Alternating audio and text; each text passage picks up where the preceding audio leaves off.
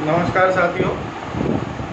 कल मैंने आपको लाभ विश्लेषण और लाभ मात्रा अनुपात और सम विच्छेद बिंदु उसके बारे में अध्ययन कर रहे थे।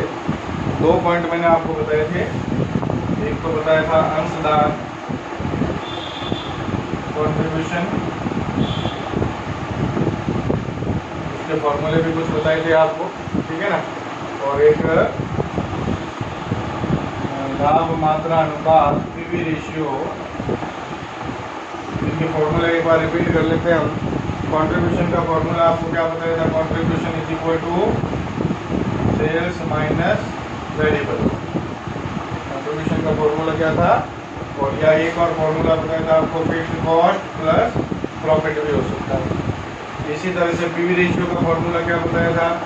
PV ratio is equal to contribution upon sales into 100, या कंट्रीब्यूशन की जगह सेल्स माइनस वेरिएबल कॉस्ट भी लिख सकते हैं, या फिक्स्ड कॉस्ट प्लस प्रॉफिट भी लिख सकते हैं। कोई भी फॉर्मूला बनाया जा सकता है, उसको कोई दिक्कत नहीं है।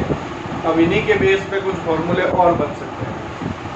क्या फॉर्मूले बन सकते हैं? पीवी रेशियो के आधार पर कुछ फॉर्मूले और बन सकते हैं। तो कौन कौन से फॉर्मूले बन सकते हैं उनकी बात हम करते हैं। देखो, ये एक फॉर्मूला है आपके पास में। अब इससे मान लो कंट्रीब्यूशन का फॉर्मूला बनाना, क्या बन जाएगा? Sales into PV ratio. Contribution का फॉर्मूला क्या बन गया? सेल्स इंटू पीवी रेशियो, ठीक है ना। अच्छा, ये भी एक फॉर्मूला है, देखो, पीवी रेशियो का। अब इससे मान लो मैं कहूँ प्रॉफिट का फॉर्मूला बना, सेल्स इंटू पीवी रेशियो और माइनस फिक्स्ड कॉस्ट, तो प्रॉफिट का फॉर्मूला बन गया। मान लो फिक्स्ड कॉस्ट का फॉर्मूला बनाना है। Fixed cost is equal to sales into PV ratio minus profit. Profit का फॉर्मूला भी बन जाएगा। वेरिएबल कॉस्ट का फॉर्मूला बनाना है, मान लो वेरिएबल कॉस्ट का formula, sales into 1 minus PV ratio. आपको कल भी बताया था मैंने, 1 मतलब 100% है। 100 में से पीवी रेशियो यदि हम घटा देते हैं परसेंटेज में से, तो वेरिएबल कॉस्ट का रेशियो बचता है अपने पास में। तो वेरिएबल कॉस्ट के रेशियो को यदि सेल से गुणा करेंगे तो अपनी वेरिएबल कॉस्ट आ जाएगी, कोई दिक्कत नहीं हो सकती। आप ये भी कैलकुलेट इजीली कर सकते हैं। तो ये पीवी रेशियो के बेस पे जो फॉर्मूले बन रहे हैं वो मैंने आपको बताए हैं। तो 2 पॉइंट हमने अभी तक पढ़े, दोनों पॉइंट के ऊपर जो फॉर्मूले बन रहे हैं वो आपको बता दिए। अब आगे बढ़ते हैं तीसरे पॉइंट पे। थर्ड पॉइंट है अपना सम विच्छेद बिंदु, ब्रेक इवन पॉइंट। कल भी आपको मैंने बताया था कि सम विच्छेद बिंदु का मतलब क्या होता है। सम विच्छेद बिंदु ऐसा बिंदु होता है जहाँ पर उत्पादक की लागत और बिक्री दोनों बराबर होती है। तो इस बिंदु पे उत्पादक को न तो प्रॉफिट होता है और न लॉस होता है। प्रॉफिट लॉस दोनों ही नहीं होते हैं, बराबर रहता है। तो इस बिंदु को हम सम विच्छेद बिंदु कहते हैं। तो जैसा कल मैंने आपको एग्जांपल दिया था कि भाई किसी भी उत्पादक को कम से कम सम विच्छेद बिंदु तक तो पहुंचना ही पड़ेगा, क्योंकि सम विच्छेद बिंदु से नीचे यदि उसकी बिक्री हो रही है तो वो लॉस में जाएगा अदालत में, और सम विच्छेद बिंदु से ऊपर यदि बिक्री हो रही है तो उसको प्रॉफिट होगा। तो ये बीपी सम विच्छेद बिंदु कैसे ज्ञात करते हैं? बीपी देखो, यदि यूनिट्स में ज्ञात करना हो, इकाइयों में ज्ञात करना हो, तो उसका फॉर्मूला होता है fixed cost upon contribution per unit. Fixed cost upon contribution per unit. तो बीपी जो है वो इकाइयों में, यूनिट्स में ज्ञात हो जाएगा। लेकिन यदि बीपी अपने को राशि में ज्ञात करना है, वॉल्यूम इन रुपीज, राशि में यदि आपको ब्रेक इवन पॉइंट याद करना है तो उसका फॉर्मूला लग जाएगा फिक्स्ड कॉस्ट बटा,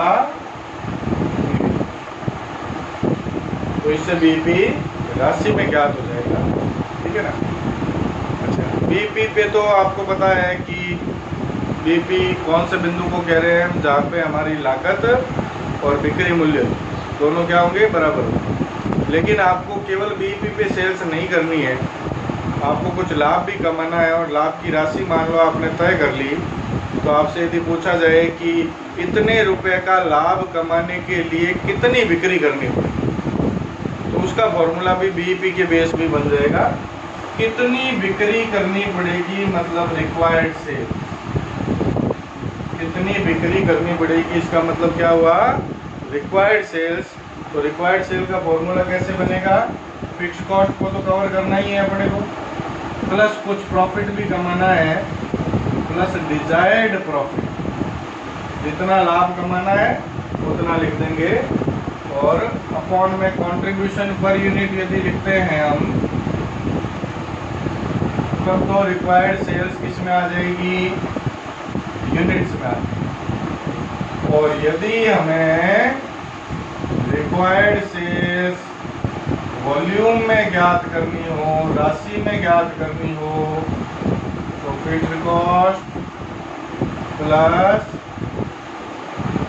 डिजायर्ड प्रॉफिट अपॉन में कंट्रीब्यूशन पर यूनिट की जगह क्या आ जाएगा, पीवी रेशियो आ जाएगा, तो फिर राशि में ज्ञात हो जाएगी अपनी रिक्वायर्ड, ठीक है।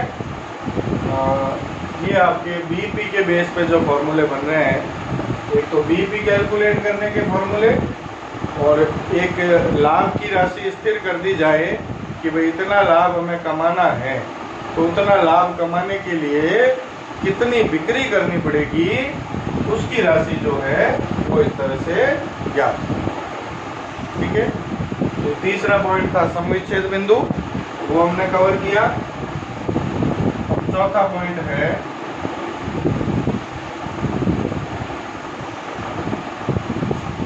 सुरक्षा सीमा।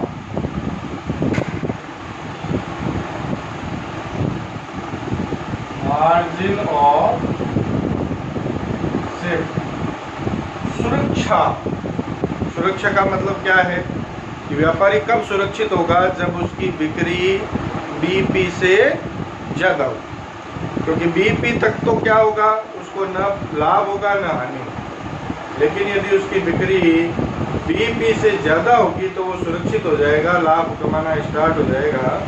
तो इसलिए इस बिंदु को हम कहते हैं सुरक्षा सीमा, मार्जिन ऑफ सेफ्टी।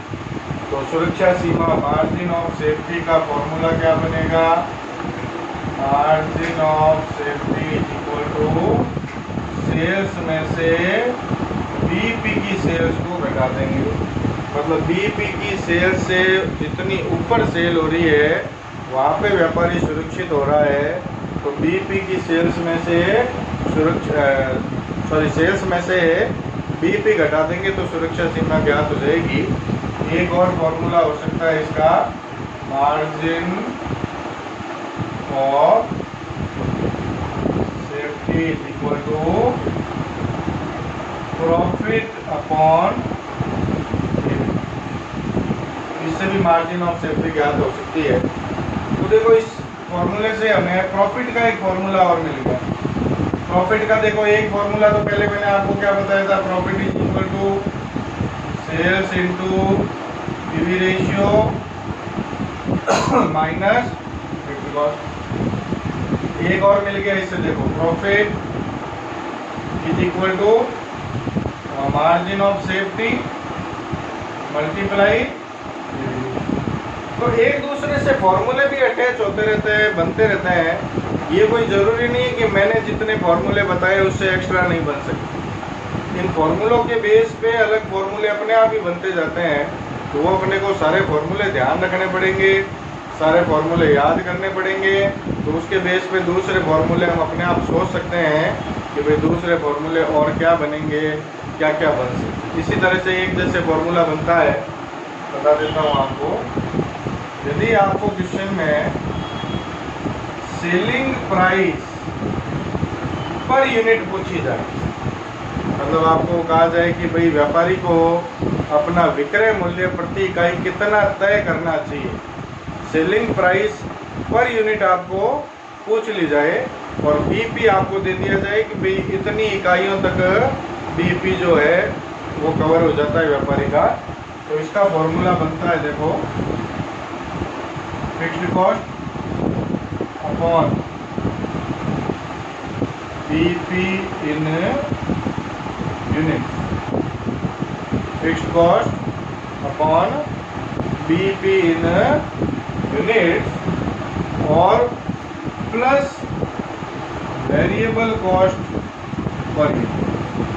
अब आप कहोगे कि ये फॉर्मूला बन कैसे गया, कोई दिक्कत नहीं है। देखो ये जो बीपी का फॉर्मूला अपना क्या था, BP is equal to fixed cost बटा कंट्रीब्यूशन पर यूनिट, तो बीपी के फॉर्मूले से ये फॉर्मूला बनाया गया। अब ये किसका फॉर्मूला बन गया, ये कंट्रीब्यूशन पर यूनिट का फॉर्मूला बन गया। देखो contribution per unit is equal to fixed cost BP इधर आ जाएगा अपॉन बीपी इन यूनिट।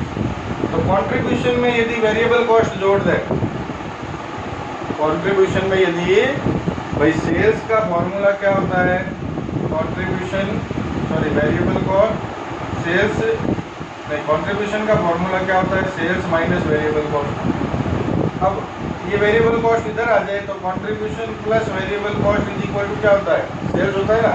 तो ये फॉर्मूला किसका है, कंट्रीब्यूशन पर यूनिट का है और इसमें वेरिएबल कॉस्ट जुड़ गई तो सेलिंग प्राइस पर यूनिट है। तो फॉर्मूले कोई ये नहीं है कि फॉर्मूले हमें रटने हैं, फॉर्मूले एक दूसरे से अटैच है, लेकिन उनका ट्रांसफर किस तरह से हो रहा है ये आपको अच्छी तरीके से देखना पड़ेगा। जैसे अभी मैंने ट्रांसफर करके बताया आपको फॉर्मूला, ये फॉर्मूला अपने आप बनते हैं। आपको यदि कोई नया फॉर्मूला दिखे बुक में या मान लो मैं क्वेश्चन कराऊं तब कोई नया फॉर्मूला आए तो सरप्राइज होने की ज़रूरत नहीं है कि ये फॉर्मूला कहाँ से आ गया। वो फॉर्मूला भी किसी न किसी फॉर्मूले से अटैच होके बना हुआ है, ट्रांसफ़र होके बना हुआ है। तो आपको ये सोचने की ज़रूरत नहीं है कि ये फॉर्मूला आया कहाँ से। फॉर्मूला सब एक ही जगह से आ रहे हैं, उन्हीं को ट्रांसफ़र किया जा रहा है और उन्हीं से दूसरे फॉर्मूले बनाए। ठीक है, तो अभी तक जितने फॉर्मूले मैंने आपको बताए हैं वो सारे फॉर्मूले आपको रिवाइज करने हैं, पढ़ने हैं। उसके बाद नेक्स्ट वीडियो में मैं आपको प्रैक्टिकल क्वेश्चन स्टार्ट कराऊंगा कि प्रैक्टिकल क्वेश्चन कैसे करने हैं अपने को। फिलहाल जितना बताया है उसको अच्छी तरीके से पढ़िए, समझिए और याद करिए। बस, थैंक यू।